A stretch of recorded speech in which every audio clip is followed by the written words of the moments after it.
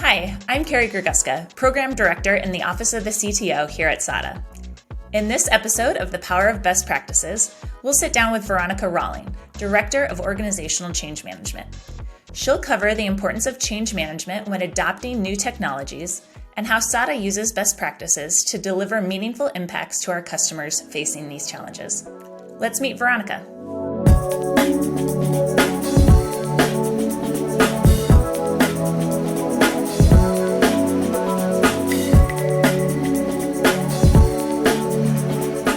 Veronica Raulin, and I've been at SADA for almost 5 years. During that time, I have always worked in the change management field, and I have almost 12-ish years of experience in organizational change management. Now, for those of you who may be new to what that is, my role on our projects and in our professional services organization is really to make sure that the people are empowered to adopt whatever technology transition that we are putting forward. In my history, this has been technology adoption, learning and enablement, anything from Microsoft to Cisco to PMP, lots of different learning opportunities, but happy to be here today to talk more about how we do this at SADA.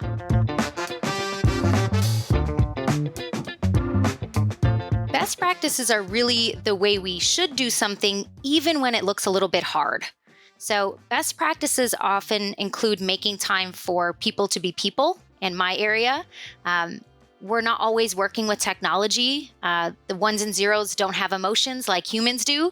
So when we talk about best practices in the change management field, it's really around making space for people to have reactions, to absorb change, and for us to prepare them, whether it's skill-wise or even just emotionally prepare them for the change that's coming. I think it's pretty common for folks to think about change or adoption in terms of training. That's a very basic level, right? So new technology is coming, let's train people how to use it. But the umbrella of change management is much broader than that. So training is really a post-migration or post-change activity, sometimes a little bit before, of course, to show people what's coming. But for the most part, it's an after effect, right? We have a change, how do you adjust? But what change management really is all of these steps that come beforehand. So the big piece that we often talk about is just understanding, what does this change mean? Who will be impacted? And then taking that into the next phase of engagement and communication and awareness. So a lot of times we'll have a great technical solution, but nobody will know that it's coming or when it's coming, so they're not ready. And then, of course, change really takes off when there's a few people who are really excited about it. Those early adopters get excited about whatever that change is. So one of our best practices is also to figure out who those people are who are our natural advocates and allies in the change, and then empower them to be involved more in our project. One thing that we talk to executives about a lot is that they're often the decision makers. So they know this change is coming 3, 4, 6 months before the actual impacted user, developer, someone who uses email, whatever that change is. And so we often go through exercises where we're encouraging them to say, think about what you thought. What were your fears, concerns when you first heard about this potential change months ago? Because that's really where your employees are. And so creating that sort of empathy, because we're all experiencing and learning about the change oftentimes at different points, is one way to make sure that we're gaining our allies, but also taking care of people who might be new to the scenario that we're working with. Oftentimes what happens is that you end up with a really great technology solution and no value. So oftentimes when we talk to executives about past change, or even leaders or team members, or even just individual contributors, and we say, well, how did this change go in the past? And they'll say, I don't know. And we say, well, what would you have done differently? What would, looking back, do you notice? And almost never is this answer, oh, the tool didn't work, or the solution wasn't right. It's very rarely a technical issue that was the barrier to making this valuable. It's really more about the people and process. So the answers really tend to lend themselves towards, we didn't know this was happening. We didn't communicate, and so our resources were constrained and couldn't put energy behind this. We didn't roll out any training for the folks. We just gave them the new tool. And so, imagine change management as you just got a big old fancy car. And we're really the user manual that you can go back to any moment.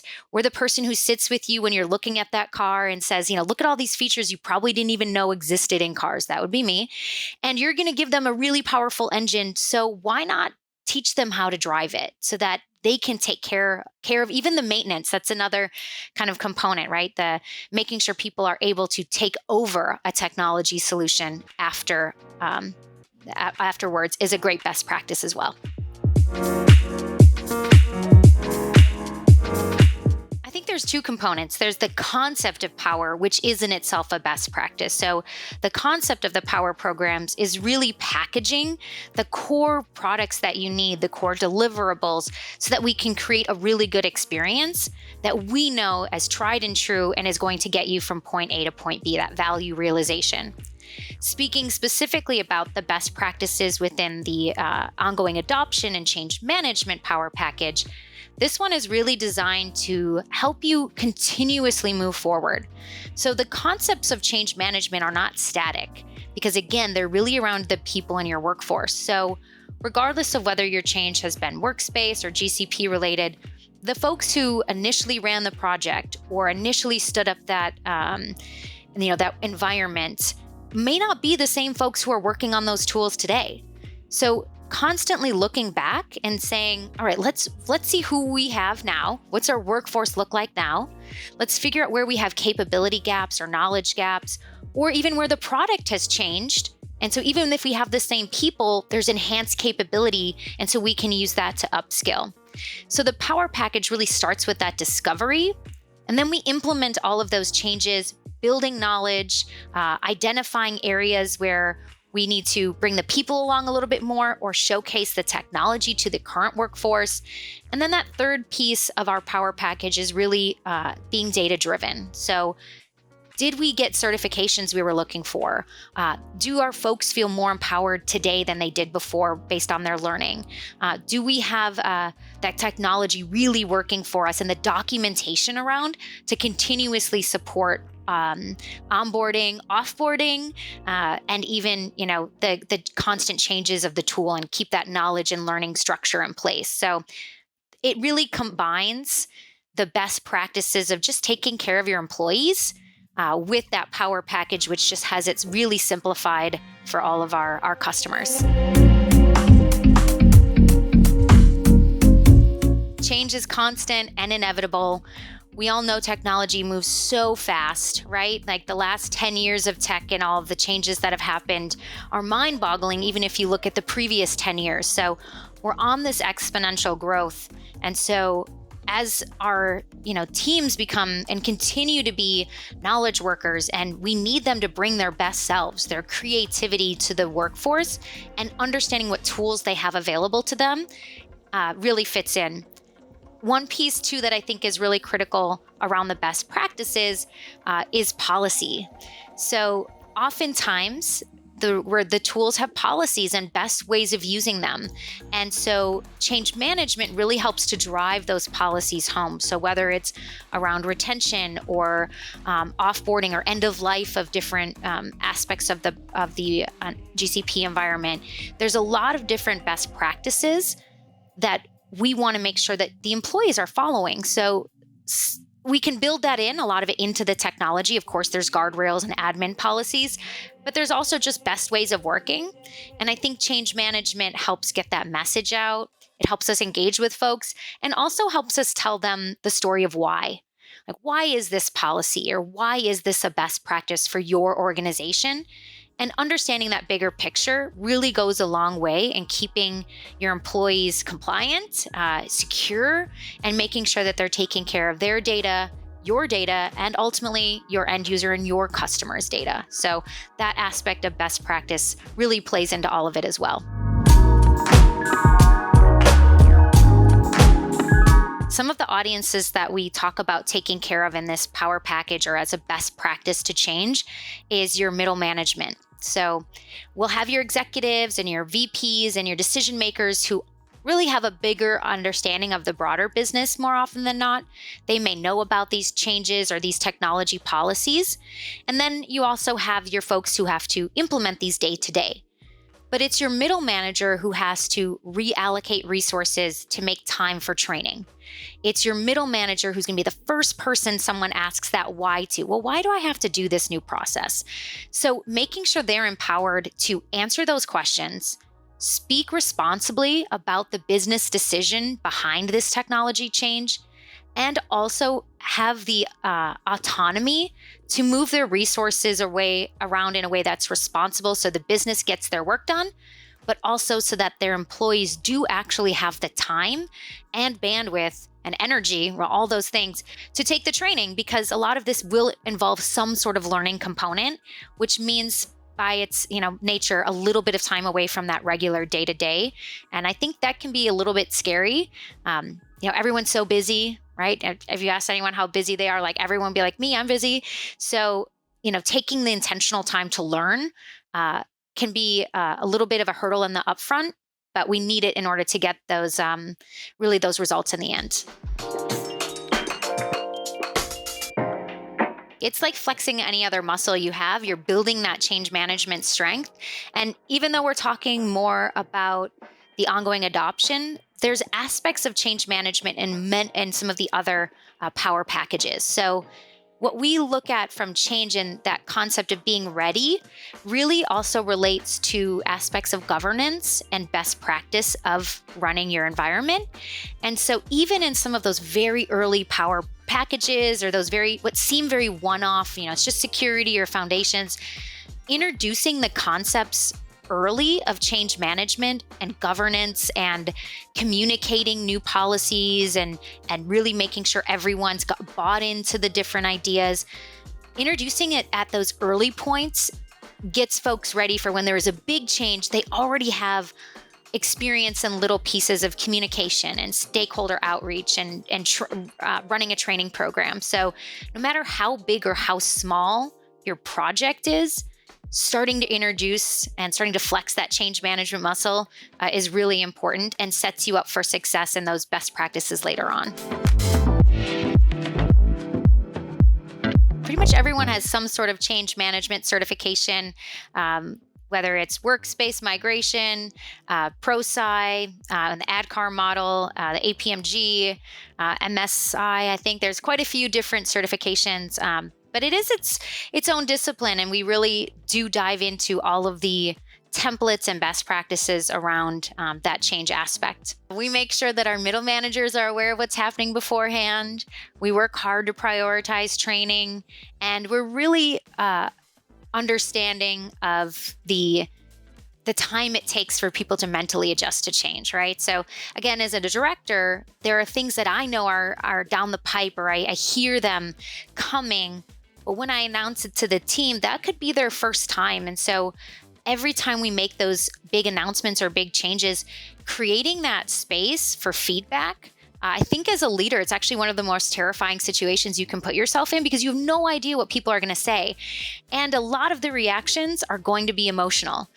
They won't be grounded in logic. They're not sitting there thinking that is just a really wonderful idea. They're thinking, oh my gosh, what does that mean for me? And so I think just being open when leaders are talking about change is a very vulnerable position, but absolutely required. And I remember working with a customer once, and we were going through the timeline, and we had a space for feedback and gathering. We were slowed down the technical process to make space for these change processes. And he said, well, do we need to do that? I mean, do we even have time to do that? And he stopped himself and said, no, we need to take the time to do the right thing. And he was just like, I was like, yes, thank you. And it doesn't always come naturally. We want to move quickly. Again, the tech works, right? So I don't, you think, well, why can't I just keep going? And I think the change management aspect is sometimes, you said, everyone gets to learn a little change management, but everyone on a team can put that hat on and say, okay, we can do this, but how should we do this in a way that brings people along on the journey? What's missing that's going to help inspire folks to come with us, or make them feel more confident that we're listening to them or that they'll be successful in the end. Because we spend, 40, 50, 60 hours a week at your job, whether you're thinking about it or you're at your work. You space out at dinner with your family. And so our job is to make that experience of being at work as empowering as possible so people can feel successful and accomplish things every day. So a couple other best practices there. I think making time to do the right thing, listening to people, and really just being okay, being a little bit more vulnerable if you are someone who is the face of leading change, kind of a requirement there. It's the same kinds of ultimate value, right? We're trying to make sure that we're maximizing the tools that we have in front of us. So our realm is really in that technical change management role and adoption. So whether it's with the customer or whether on our team, or internal to SADA, just bringing up these concepts and making sure we understand where are we trying to go and how can we, as we mentioned at the beginning, be data-driven every single step of the way. Are we getting people engaged? Are they opening emails? Do they know what's happening? Are they going to training if that's required? Are we being really clear and cutting through the noise? And do we know, does this have a bigger impact on person A or person B? And maybe they need a different engagement strategy. So even on our internal teams and processes, as we're managing projects and growing, there's a lot of value in these practices that really span every discipline, every change, every company. I would just end on the fact that the change is going to come. So you can either plan for it or you can sort of deal with the aftermath afterwards. We really encourage folks to just lean into where it might feel a little uncomfortable, where you're not sure the answers are, and really start to focus on how this change is going to impact your people. They're really your greatest asset. So SADA is here, of course, to have those conversations with our customers. But anyone listening to this, I'm sure, can also take that approach in their own company. So change is change, and we all need to be on board with it together and help each other through. Thanks for watching. Don't forget to like, subscribe, and share these insights with your network. See you next time.